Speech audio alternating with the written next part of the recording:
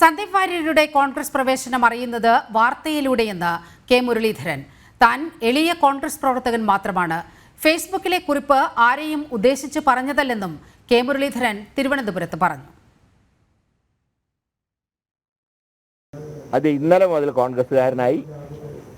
ഇന്ന് പാണക്കാട് സാദിഖ് അലി ശിഹാബ് തങ്ങളെ കണ്ടതോടുകൂടി അത് UDF-കാരനുമായി. ഇനി അതിനെക്കുറിച്ച് ഫർദറായിട്ടുള്ള ചർച്ചയില്ല.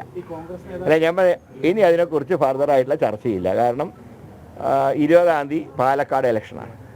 പിന്നെ ഈ വരവും ഒന്നും വന്നില്ലെങ്കിലും കോൺഗ്രസ് പാലക്കാട് ഉറപ്പായിട്ട് ജയിക്കുകയായിരുന്നു. കാരണം അത് നന്നായി പഠിച്ച, പാലക്കാട് അസംബ്ലിയെ കുറിച്ച് നന്നായി പഠിച്ച ഒരാളാണ് ഞാൻ. 100% ഞങ്ങൾക്ക് വിജയം ഉറപ്പാണ് പാലക്കാട്. ഇല്ല, ഞാൻ TV കണ്ടിട്ട് അറിയാം. അപ്പം അത്രയല്ലേ ആവശ്യമുള്ളൂ. കാരണം ഞാൻ അത്ര അറിയപ്പെടുന്ന കോൺഗ്രസ്സുകാരനൊന്നും അല്ലല്ലോ. ഞാനൊരു എളിയ പ്രവർത്തകനല്ലേ.